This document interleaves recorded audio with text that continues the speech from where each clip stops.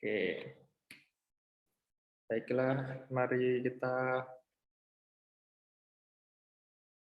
mulai. Oke, Assalamualaikum warahmatullahi wabarakatuh. Bapak-bapak dan ibu-ibu peserta diklat, hari ini berjumpa lagi dengan saya, Pak Fajar Kusumoningrat dari SD Plus Rahmat, Kota Kediri. Hari ini seperti materi sebelumnya, kita akan melanjutkan materi atau kita akan membedah dan membahas serta mempelajari materi berikutnya tentang rentetan dari sekolah penggerak ini ya. Hari ini kita sudah masuk ke materi yaitu tentang pembuatan modul ajar. Nah, modul ajar itu seperti apa dan pembuatannya seperti apa, di dalamnya bagaimana, nanti kita akan pelajari bersama-sama supaya nanti semuanya paham betul dan bisa mengaplikasikan di sekolah masing-masing. Begitu nggih.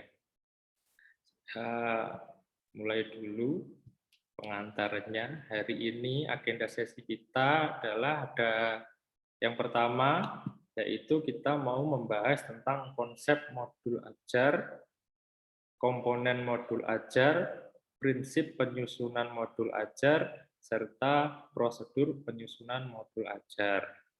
Ya, konsep modul ajar. Jadi seperti seperti judulnya modul ajar, yaitu adalah sejumlah alat atau sarana, media, metode, petunjuk, dan pedoman yang dirancang secara sistematik dan menarik. Modul ajar merupakan implementasi dari alur tujuan pembelajaran yang dikembangkan dari materi sebelumnya, yaitu capaian pembelajaran, dengan mengaitkan profil pelajar Pancasila sebagai sasaran ya atau hasil yang ingin dicapai.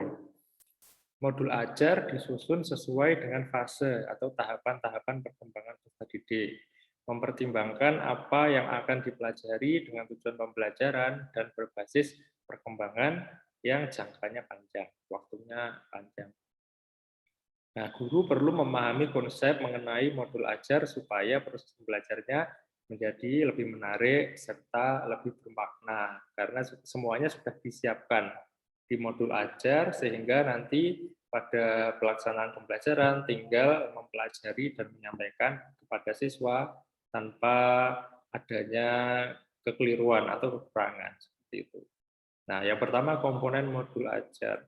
Komponen modul ajar ini terbagi menjadi 3, yaitu yang pertama informasi umum, yang kedua adalah komponen inti, dan yang terakhir itu lampiran.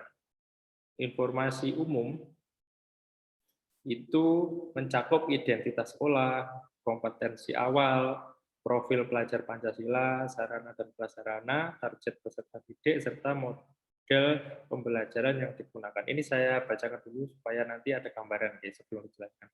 Lalu di komponen inti ada tujuan pembelajaran, ada pemahaman bermakna, ada pertanyaan pematik, persiapan pembelajaran, kegiatan pembelajaran, asesmen, pengayaan dan remedial, refleksi peserta didik dan guru. Lalu di materi yang terakhir atau bab yang terakhir yaitu masuk di lampiran, yang subbabnya yaitu lembar kerja peserta didik, bahan bacaan guru dan peserta didik, glosarium, daftar pustaka. Nah, guru dalam satuan pendidikan itu sebenarnya diberikan kebebasan untuk mengembangkan modul ajar sesuai dengan konteks lingkungan dan kebutuhan belajar peserta didik di sekolah dengan semua masing-masing. Jadi tidak harus saklek seperti yang ada di contoh ini, tapi bisa dirubah-rubah sedikit menyesuaikan dengan lingkungan sekolah masing-masing. Modul ajar dilengkapi dengan komponen yang menjadi dasar dalam proses penyusunannya. Komponen modul ajar dalam panduan dibutuhkan untuk kelengkapan persiapan pembelajaran.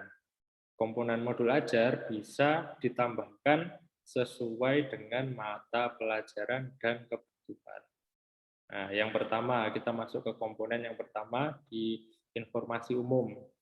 Yang jelas ada identitas modul. Ini penting sekali ya, karena modul itu kan pasti semua guru nanti akan membuat, sehingga kalau tidak ada identitasnya nanti akan bingung. Bagaimana cara kita menemukan modul kita ketika campur dengan modul-modul guru yang lain, harus ada identitasnya ya. Ada nama, ada institusinya, tahun dibuat modul itu, ya. Lalu ada juga jenjangnya SD atau SMP atau SMA. Ada juga kelas, kita membuat modul ini untuk kelas berapa, 1, 2, 3, 4, 5, 6, 7, 8, atau 9, gitu. Alokasi waktu. Alokasi waktu ini adalah penentuan yang digunakan untuk mengajar. Jadi modulnya itu kita buat untuk mengajar materi sampai habis, kah atau separuh, atau berapa pertemuan, gitu, di situ dicantumkan. Lalu komponen informasi umum yang kedua adalah adanya kompetensi awal. Kompetensi awal merupakan pengetahuan atau keterampilan yang perlu dimiliki siswa sebelum mempelajari topik tertentu. Kompetensi awal merupakan ukuran seberapa dalam modul ajar dilakukan. Jadi di sini kompetensi awal itu perlu dipersyaratkan supaya siswa jelas tolak ukur awalnya sebelum modul ini dipakai untuk pembelajarannya. Lalu masuk materi berikutnya yang harus ada di modul ajar adalah profil pelajar Pancasila. Di situ kan kemarin ada 6 profil pelajar Pancasila. Di sini disebutkan bahwa profil pelajar Pancasila di sini merupakan tujuan akhir dari suatu kegiatan pembelajaran yang berkaitan erat dengan pembentukan karakter.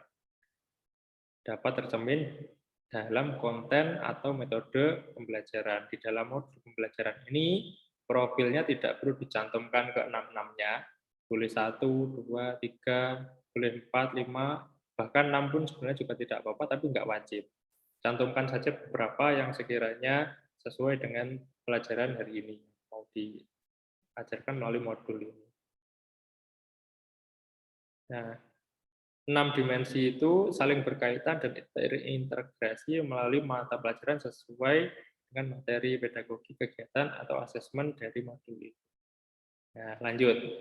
Materi yang harus ada selanjutnya yaitu adalah sarana dan prasarana yang akan digunakan dalam pembelajaran, dicantumkan di situ, misalkan menggunakan alat apa atau menggunakan perangkat lunak apa, di situ dicantumkan.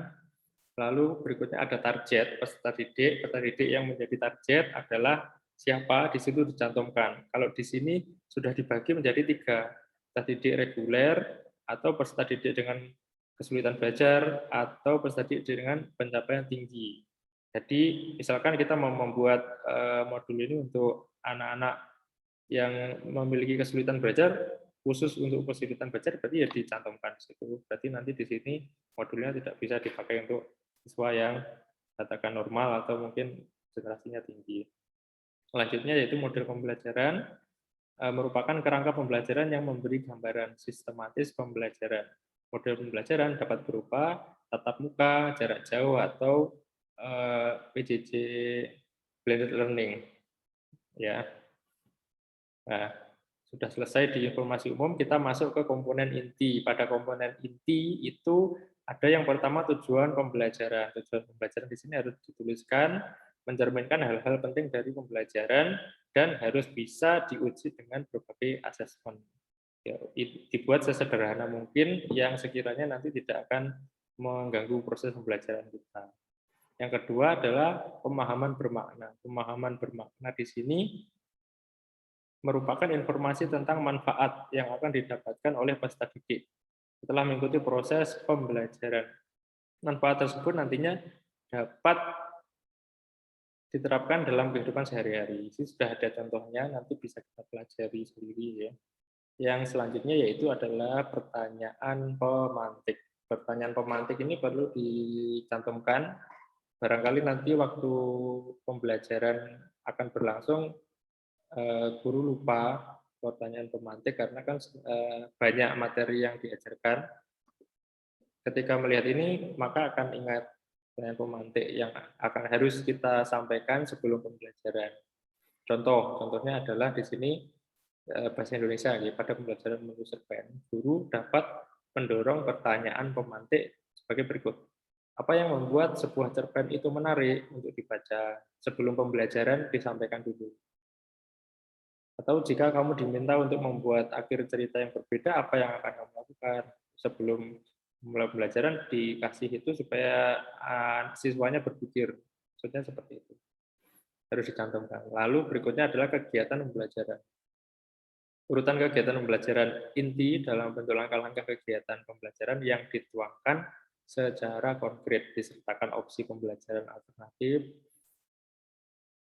dan langkah untuk menyesuaikan dengan kebutuhan belajar siswa. Jadi dituliskan mirip seperti yang kita buat di RPP, seperti itu. Lalu yang terakhir, yaitu asesmen. Asesmen digunakan untuk mengukur capaian pembelajaran. Di sini ada 3 pilihan asesmen yang bisa dipakai, yaitu asesmen diagnostik atau yang sebelum pembelajaran, atau asesmen formatif selama pembelajaran, dan asesmen sumatif ketika akhir pembelajaran. Cuman seperti materi-materi sebelumnya sudah ditekankan bahwa sebisa mungkin kita menggunakan asesmen formatif karena proses belajar siswa itu lebih tinggi nilainya dibandingkan sumatif atau diagnostik di awal. Itu ternyata masih ada pengayaan yang pengayaan dan remedial di sini juga dicantumkan, yaitu model pengayaan apa, remedialnya seperti apa yang kita berikan nanti pada pembelajaran ini di modul harus dicantumkan supaya nanti ketika ada siswa yang remedial misalkan kita bisa dengan jelas memberikan treatmentnya seperti apa. Nah, selesai masuk ke bab yang ketiga terakhir yaitu lampiran. Di sini kalau lampiran ini sebenarnya lebih fleksibel ya, bebas. Apapun hal yang tidak bisa dimasukkan di pendahuluan dan di inti tadi bisa dimasukkan di lampiran sebagai tambahan atau pengingat untuk kita semua. Kalau di sini yang pertama ada lembar kerja peserta didik. Lembar kerja ini ditunjukkan untuk peserta didik, bukan guru ya. Dapat diperbanyak sesuai kebutuhan. Misalkan tugas-tugas tertulis, portofolio dan lain sebagainya masukkan di sini. Nanti tinggal fotokopi misalkan dibutuhkan. Nah, atau yang selanjutnya yaitu bahan bacaan guru dan peserta didik. Bahan bacaan guru dan peserta didik ini digunakan sebagai pemantik sebelum kegiatan dimulai dan untuk memperdalam pemahaman materi pada saat atau akhir kegiatan pembelajaran. Jadi bisa berupa materi ajar. Misalkan kalau di materi bola basket ya sejarah bola basket atau teknik-teknik apa yang hari ini akan dipelajari dicantumkan di situ. Ada juga glosarium. Glosarium yaitu kumpulan istilah dalam suatu bidang. Disusun secara alfabetikal yang dilengkapi dengan definisi juga arti. Harus dicantumkan juga, misalkan materinya adalah permainan sepak bola, berarti nanti di glosarium kan harus ada istilah-istilah sepak bola yang dimasukkan. Barangkali ada yang belum paham, dengan membaca glosarium bisa lebih paham.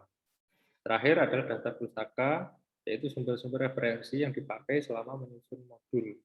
Harus dimasukkan. Karena untuk menghargai penulis yang kita ambil sumbernya dan juga untuk memperjelas seperti itu ya. Nah, itu yang materi pertama yaitu tentang komponen modul ajar. Ya, ini langsung aja saya lanjutkan di sini karena materinya ada 2. Itu yang pertama konsep dan komponen. Nah, yang kedua materinya yaitu adalah tentang prinsip dan prosedur penyusunan modul ajar. Biar nanti saya selesaikan dulu, baru di akhir kalau ada mungkin pertanyaan yang belum paham bisa ditanyakan. Gitu ya. Lanjut. Nah, prinsip penyusunan modul ajar. Setelah tadi kita pahami modul ajar itu apa, komponennya apa saja.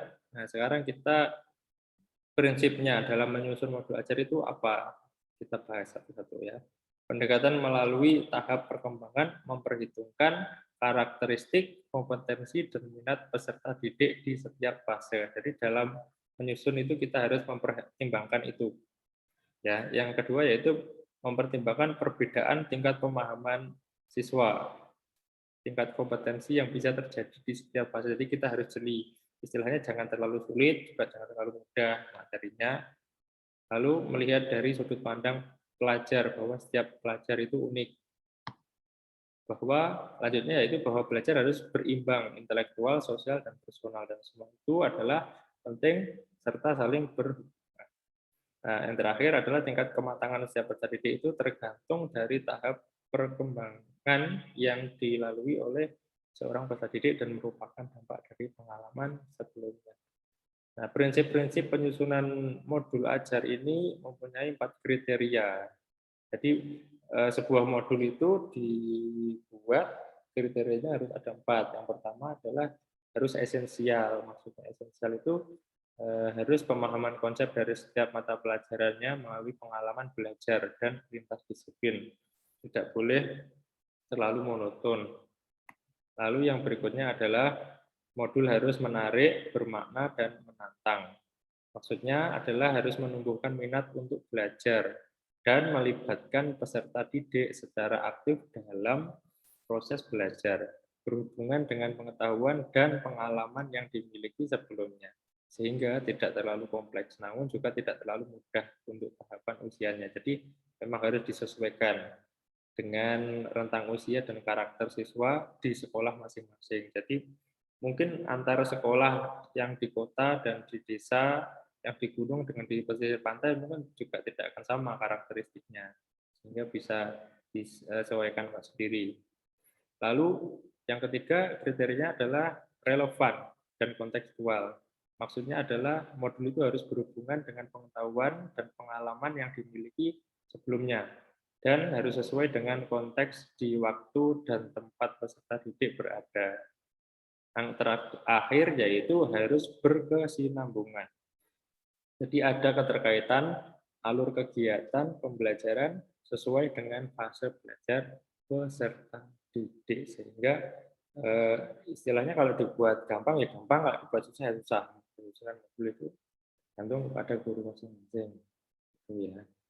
Nah, guru pada saat mengembangkan modul ajar dapat mengikuti langkah-langkah yang sesuai dengan infografis di materi. Di materi yang di LMS itu nanti bisa dipelajari sendiri, sudah ada infografisnya, alurnya, prosedurnya, hasil yang didapatkan di tahap-tahap itu apa. Ya, ini saya bacakan cepat aja. Yang pertama adalah menganalisis kondisi dan kebutuhan guru, peserta didik, serta satuan pendidikan, lalu mengidentifikasi tuntutan dimensi profil pelajar Pancasila, lalu menentukan alur tujuan pembelajaran yang akan dikembangkan menjadi modul ajar, lalu menyusun modul ajar berdasarkan komponen-komponen yang sudah tersedia, lalu pelaksanaan pembelajaran menggunakan modul tersebut, baru setelah itu dievaluasi apakah modulnya yang dibuat tadi itu efektif, apakah ternyata kurang, atau mungkin ada revisi dan lain-lain. Jadi sehingga ketika kita sudah menemukan modul yang sempurna untuk kita mengajar, berarti seterusnya sudah tidak akan perlu membuat lagi, bisa dipakai sampai ada pembaruan lagi mungkin ya. Seperti itu. Jadi materi kita hari ini tentang modul sudah selesai. Jadi mungkin Bapak-bapak dan ibu-ibu di sini, apakah dari penjelasan saya ada yang ditanyakan atau mungkin kurang jelas atau bagaimana? Silahkan saya buka pertanyaan. Atau mungkin sudah jelas, sudah pas. Kalau misalkan sudah jelas ya tidak apa-apa. Assalamualaikum warahmatullahi wabarakatuh. Waalaikumsalam. Terima kasih penjelasannya Pak Fajar. Di sini saya mau menanyakan tentang apa yang dimaksud refleksi peserta didik pada yang Bapak terangkan tadi di modul ajar. Contohnya itu bagaimana? Terima kasih. Oh Maksudnya iya, refleksinya. yang bagian refleksi peserta didik. Iya. nggih. Hmm. Maksudnya dari refleksi peserta didik ini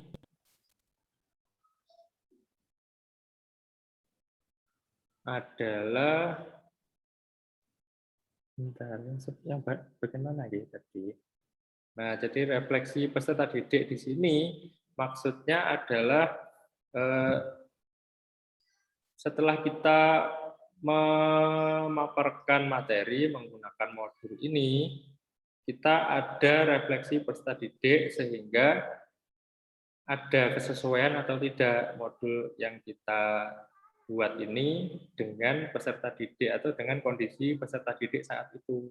Barangkali sebelumnya kita membuat modul ini kan cuma mengangen-angen. Nah, setelah dibuat lalu diterapkan ternyata ada kesesuaian atau tidak kesesuaian, kan itu yang namanya refleksi. Jadi di situ nanti akan diketahui, oh ternyata ada kesesuaian. Oh ternyata angan-angan saya dengan konsep dari buku ketika diterapkan di sekolah saya ternyata kurang pas, sehingga perlu adanya refleksi peserta didik. Begitu, Bapak.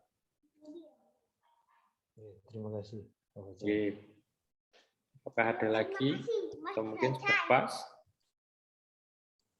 Tidak ada. Monggo, Mas Oke. Farid atau Bu Ratin, Pak Farid, bisa mengajukan pertanyaan biar lebih mantap. Bagaimana langkah-langkah sederhana untuk pembuatan modul ajar, Pak?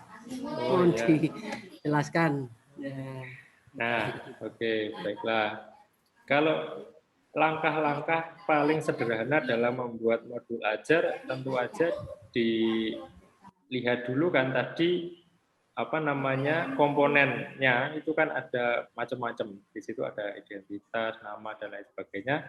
Itu cara paling sederhananya adalah kita tinggal memetakan aja yang sekiranya kalimatnya mungkin ribet, ya dibuat sederhana aja. Atau mungkin ada beberapa komponen-komponen yang memang tidak perlu muncul, tidak usah dipaksakan muncul. Contohnya misalkan glosarium, lampiran, atau misalkan itu benar-benar tidak dibutuhkan, ya tidak usah dicantumkan, tidak apa-apa. Toh yang penting adalah modul ini bisa membantu kita dalam pembelajaran. Intinya adalah materi ajar dan langkah-langkah serta tujuan yang ingin dicapai ada di situ sudah, karena modul ini kan kita buat untuk membantu kita menyampaikan materi, kurang lebih seperti itu. Jadi tidak harus saklek seperti contoh, maksudnya begitu. Ya, terima kasih, Pak. Ada lagi? Oke, tidak ada? Pas? Baiklah, kalau tidak ada, karena sudah 23 menit, saya sampaikan materi ini. Semoga materinya bermanfaat. Lalu jangan lupa dikerjakan tugas-tugasnya yang ada di LMS. Nanti silahkan dikerjakan. Oke? Sudah tidak ada lagi pertanyaan, saya akhiri pembelajaran kita hari ini. Alhamdulillahirrahmanirrahim. Wassalamualaikum warahmatullahi wabarakatuh. Waalaikumsalam warahmatullahi wabarakatuh.